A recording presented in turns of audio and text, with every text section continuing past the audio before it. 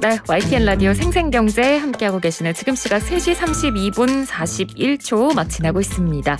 한 주간의 암호화폐 이슈들을 정리하고 분석해보는 시간입니다. 암호 푸는 남자, 한국경제신문 이면우 기자 화상 연결로 만나보겠습니다. 기자님 안녕하세요. 네, 안녕하세요. 네, 최근 암호화폐 쪽에서 가장 큰 이슈라고 한다면 요즘 이 비트코인 얘기는 좀 사라지고 알트코인에 대한 이야기가 좀 눈에 많이 띄는 것 같은데, 자, 먼저 이 알트코인 뭔지 모르시는 분들도 계실 테니까요. 알트코인이 어떤 건지 좀 의미를 정리를 해주시죠. 네, 알트코인은 비트코인을 제외한 나머지 모든 암호화폐를 통칭을 하는 말입니다. 이 영어로는 얼터너티브와 코인을 합친 말인데요. 이 같은 알트코인이라고 해도 존재감은 좀 천차만별이라고 할 수 있겠습니다. 네. 예를 들어서 덩치가 좀 큰 이더리움도 알트코인의 한 종류이고요. 우리가 소위 잡코인이라고 부르는 비주류 코인들도 전부 다 알트코인에 해당됩니다. 어찌됐든 이 얼터너티브, 그러니까 비트코인의 단점을 보완한 대안이라는 거를 자처한다는 점에서 모두 이런 용어로 부른다고 볼 수 있겠습니다. 네. 지금 세계 암호화폐 시장의 시가총액이요, 오늘 기준으로 2,500조 원쯤 되는데요. 이 중에서 비트코인이 40% 정도를 차지하고 있고, 나머지는 수많은 그 알트코인들이 조금씩 나눠 갖고 있다고 보시면 되겠습니다. 그렇군요. 그래서 요즘 워낙 이 알트코인이 상승세가 좋다 보니까 이제는 잡코인이라고 부르면 안 된다, 이런 이야기까지 나오고 있는데, 자, 요즘 그렇다면 이 알트코인들의 최근 흐름들은 어떤지 또 그 부분도 한번 좀 짚어주시죠. 네, 말씀대로 최근 알트코인이 다시 좀 상승 랠리 조짐을 보이고 있었습니다. 비트코인 가격이 지금 5천만 원대 후반에서 좀 주춤한 상태인데요. 네. 이 가운데 몇몇 알트코인들이 치고 올라오면서 아주 두드러진 상승세를 보이고 있습니다. 일단 시가총액이 두 번째로 큰 이더리움의 질주가 돋보이는데요. 이번 주 화요일에 400만 원을 돌파하더니 오늘 지금은 440만 원대까지 껑충 올라왔습니다. 네. 또 이 가격은 사상 최고가였던 지난 5월 중순에 510만 원대였거든요. 이것과 비교하면은 가격을 거의 85% 수준으로 회복한 겁니다. 네. 또 다른 알트코인의 가격도 많이 올랐는데요. 지금 전 세계 시가총액 3위까지 올라온 에이다라는 코인이 있습니다. 네. 이게 오늘 3,500원 정도의 거래가 되고 있는데, 코인 시장이 가장 잘 나갔던 5월 중순에 2,800원쯤 했습니다. 그러니까 또 신고가를 경신을 했다고 볼 수 있는 거고요. 네. 또 엑시 인피니티라는 코인이 터너 달 전에 한 10,000원 남짓했던 게 6배 넘게 뛰어서 지금 8만 원대 거래되고 있습니다. 네. 그래서 또 이거 말고도 많은데요. 청취자 여러분들 중에 이런 코인은 처음 들어본다는 분도 좀 계실 것 같은데, 네. 샌드박스랄지 플레이덱, 비트코인 캐시 ABC 이런 코인들이 사상 최고가 기록을 경신하는 알트코인으로 꼽히고 있습니다. 그렇군요. 근데 지금 저희가 이 시간을 통해서도 항상 말씀을 드립니다만, 암호화폐 규제 분위기 자체가 우리나라뿐만 아니라 전 세계적으로 지금 다 암호화폐는 좀 정부 차원에서 규제하는 분위기잖아요. 그러니까 분위기 자체는 지금 계속 변한 게 없는데, 왜 이 비트코인은 하락세라는 말보다 이제 횡보세라는 말을 쓰더라고요. 그래서 비트코인은 계속 이런 횡보세고, 그리고 알트코인은 왜 이렇게 흐름이 좋은지 그 이유가 있을 것 같은데요. 네, 일단 외신들의 분석을 보면 알트코인에 대한 위험 선호 심리가 다시 확산된 결과다, 이렇게 풀이를 하고 있습니다. 지금 5월 달에 폭락장이 한번 오면서 시장이 많이 혼란스러웠었는데요. 그게 어느 정도 잠잠해지고 그런 추가 하락이 연출이 되지 않다 보니까 투자자들이 좀 더 높은 수익률을 위해서 알트코인으로 몰려갔다는 겁니다. 네. 또 개별 종목별로 놓고 보면은요, 기능이 개선되고 또 쓰임새가 넓어진 데 따른 기대감이 반영된 경우도 있습니다.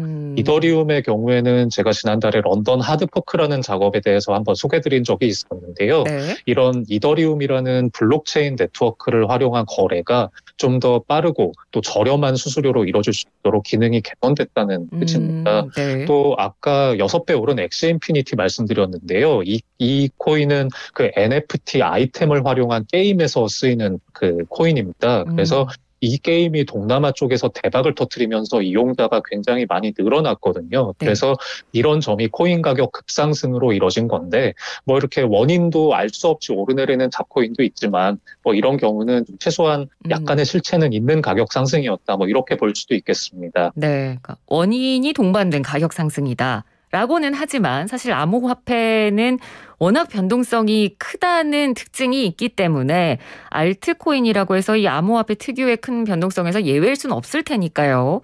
저희가 뭐 워낙 지금 알트코인이 많이 오르고 있다라는 말씀을 드려서 아마 그럼 좀 투자해볼까라고 생각하시는 분들도 계실 테니까 어떤 점을 좀 주의해야 되는지 말씀을 해주신다면요. 네, 일단은 방금 제가 예로 들었던 코인들은요, 단기간에 너무 많이 오른 상태이기 때문에 조심하셔야 됩니다. 지금 많이 이미 올랐습니다. 네. 그리고 또 알트코인은 변동성이 비트코인 같은 것보다 더 크기 때문에 신중하게 정말 접근하셔야 된다는 말씀을 뭐 기회가 될 때마다 드리고 있는데요. 네.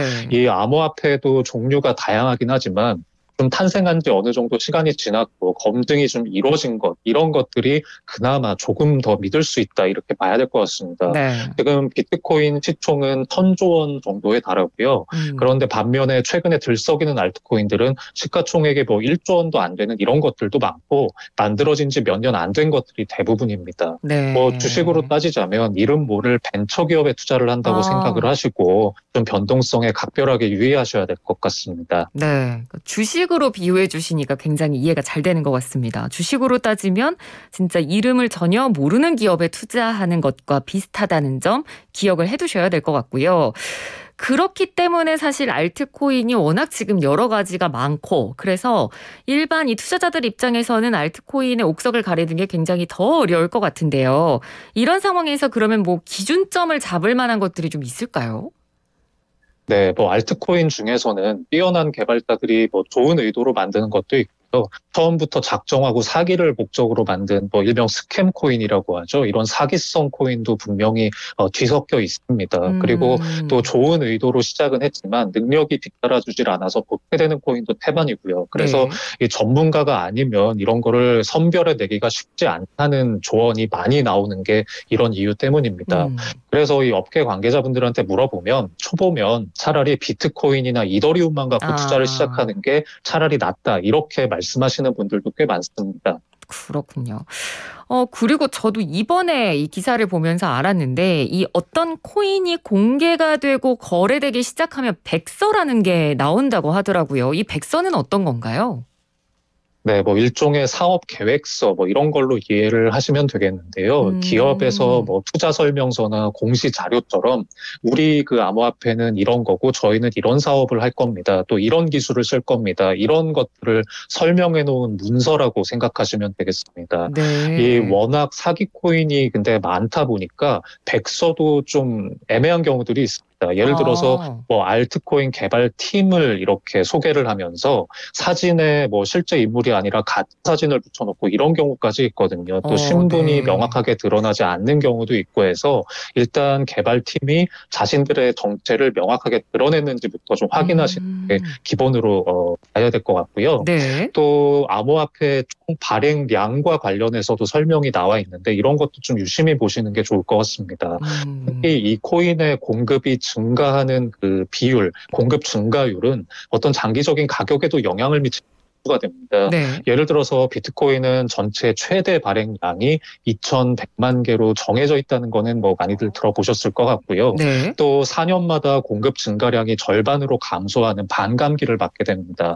그래서 이런 희소성이 주목을 받는 건데 반면에 일부 알트코인은 발행량이 해마다 계속 10%씩 늘어난다거나 아니면 뭐 프로젝트 개발사 쪽에서 보조를 할 수 있도록 만들어진 것도 있습니다. 그런데 네. 이런 것들은 뭐 기본적으로 봤을 때 수요가 계속 늘어주지 않으면 언제든지 폭락할 위험을 안고 있다고 볼 수 있는 겁니다. 그러네요. 또 우리가 주식 투자할 때 뭐 대주주의 지분율이나 이런 소유 구조도 좀 많이 보잖아요. 근데 그렇죠. 코인에서도 이런 거를 좀 보실 필요가 있습니다.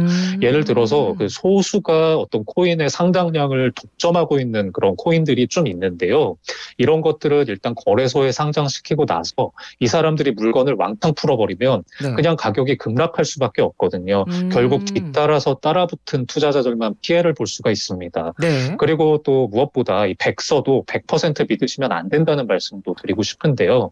이게 팩트를 체크해주는 사람이 아무도 없기 때문입니다. 이 과거 사례들을 봐도 다단계 사기꾼들이 만든 코인도 백서는 다 외형만 보면 그럴싸하게 만들었었거든요. 그래서 그렇군요. 전문적인 지식, 경험 이런 게 없으신 분들은 이름 모를 코인에 그냥 몰빵으로 투자하면 안 된다. 그게 다 이런 이유에서 때문이라고 보면 되겠습니다. 네, 알겠습니다. 그러니까 백서를 확인을 해야 하지만 이 백서 자체도 뭐 100% 믿으면 안 된다고 하니까 말씀해 주신 대로 정말 투자 초보자분들은 정말 반드시 유의를 하셔야 될 것 같습니다.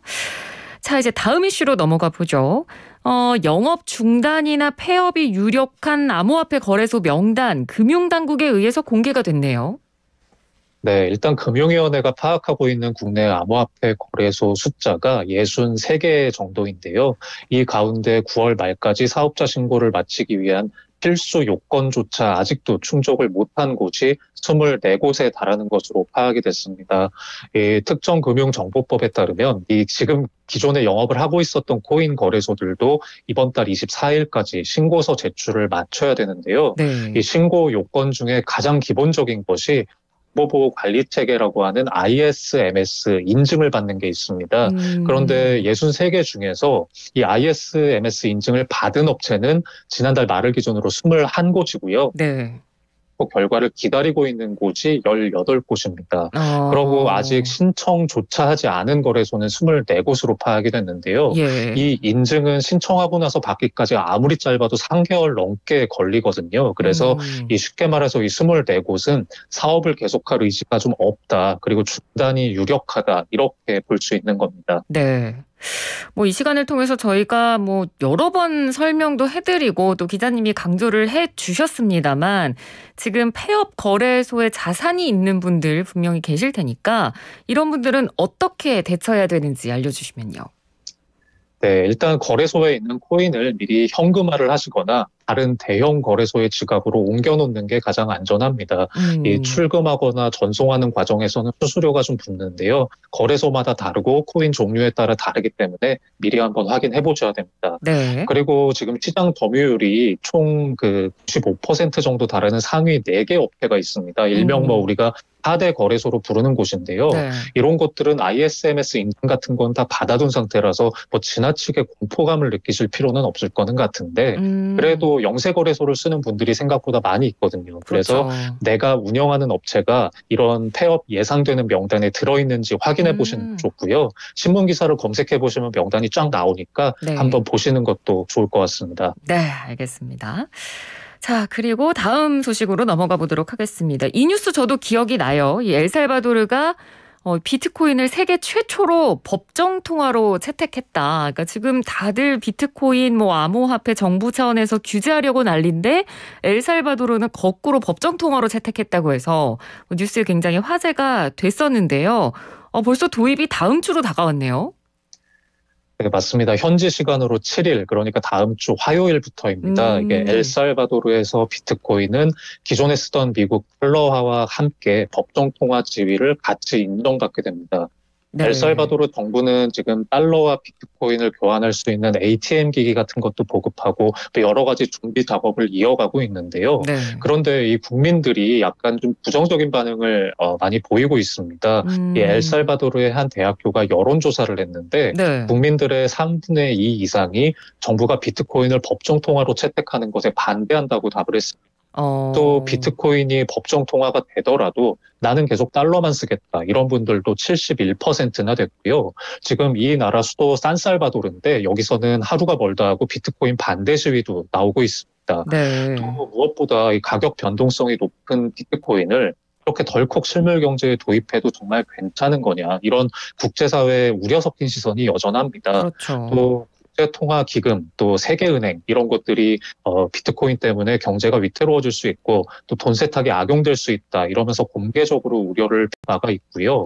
이 중미 국가 중에 하나죠. 이 엘살바도르는 1인당 GDP가 세계 95위 국가입니다. 그래서 이런 나라가 어떤 굉장히 실험적인 화상 초유의 화폐 실험에 들어간다고 볼 수 있는데 이게 네. 생각보다 잘 안착이 된다면 비트코인 가격의 호재가 될 수도 있겠습니다만 지금 분위기를 보면 만약에 사고가 터지거나 문제가 계속 생기면 이 비트코인 가치를 둘러싼 논란에 다시 좀 불을 붙일 가능성도 저는 있다고 좀 보고 있습니다. 그렇네요. 그래서 네. 이 엘살바도르 대통령이 비트코인 홍보를 참 열심히 많이 했는데요. 네. 이런 외신 보도들을 보면 국민들 반응이 그렇게 뜨겁지만은 않아서 약간 좀 의구심이 들기도 합니다. 예, 알겠습니다. 자, 끝으로 암호화폐 관련 해외 이슈 하나만 더 저희가 알려드리도록 하겠습니다. 요즘 뭐 암호화폐와 관련된 유명인들의 기사가 좀 심심치 않게 나오는 편인데 최근에는 이 헐리우드 유명 액션 배우인 스티븐 시걸의 이름이 또 오르내린다고 하더라고요. 어떤 내용인가요? 네, 사실은 뭐 아주 안 좋은 쪽으로 오르내리는 케이스인데요. 이 네. 스티븐 시걸은 이 코인 사기에 연루돼서 모스크바로 옮겨서 도망치듯 갔는데 법의 처벌을 피할 수 없게 된 상황이라는 외신 보도가 나왔습니다. 이 네. 스티븐 시걸이 2018년에 한 암호화폐 홍보대사를 맡았습니다. 이름이 비트코인이라고 하는데요. 비트코인에다가 I를 하나 더 붙여서 만든 약간 짭 느낌이 나는 그런 코인으로 볼 수 있겠습니다. 이 네. 발행사가 알고 보면은 연예인의 지명도를 이용해서 선전을 해서 사기를 친 건데요. 그 아. 이유 때문에 스티븐 시걸이 작년에 미국 증권거래위원회에서 33만 달러 합의금을 내기로 합의를 했었습니다. 그런데 이 시걸이 4분의 1만 내고요. 나머지는 연체된 상태에서 모스크바로 가버린 거죠. 그렇군요. 그래서 최근에 그 뉴욕 법원에서 시걸한테 나머지 돈도 빨리 지불해라 이런 명령을 내리기도 했는데 이제 네. 그 얘기가 다시 보도가 된 겁니다. 이게 사실 뭐 암호화폐에 꽂힌 사람들은 연예계에서도 많이 찾아볼 수 있는데요. 이 명함이 상당히 엇갈린다고 볼 수 있겠습니다. 네. 이 배우 중에 애시튼 커처라는 사람은 이 8년 전부터 비트코인에 투자하고 있다는 사실이 얼마 전에 공개가 됐는데요. 그때 가격을 생각해 보면 뭐 어마어마한 수익률을 거뒀을 걸로 추정이 됩니다. 예. 일단 커처는 뭐 배우로도 유명하지만 뭐 우버나 에어비앤비 이런 기업의 초기 투자자로도 유명하거든요. 그래서 IT 분야에 대한 해안을 갖고 투자를 한 사람이다. 이렇게 많이 알려져 있습니다. 네. 또 미국의 스눕독이라는 래퍼는 일론 머스크랑도 굉장히 가깝고요. 도지코인에 푹 빠져 있는 스타로 아주 유명하고요. 또 기네스 펠트로는 암호화폐 지갑을 운영하는 고문을 맡은 적이 있고 또 마돈나는 리플이라는 코인의 기부 캠페인에 참여한 이런 이력도 있습니다. 네. 어쨌든 뭐 해외 스타들도 코인에 이렇게 관심이 많은 걸 보면 좀 신기한 뉴스이긴 한데요. 네. 그래도 이번에 스티븐 시걸 사례처럼 스타들 이름만 보고 무작정 따라 투자하고 이런 일은 없어야 될 것 같습니다. 네, 알겠습니다. 오늘 말씀 여기까지 듣겠습니다. 고맙습니다. 네, 감사합니다. 네, 지금까지 암호 푸는 남자 한국경제신문 임현우 기자였습니다.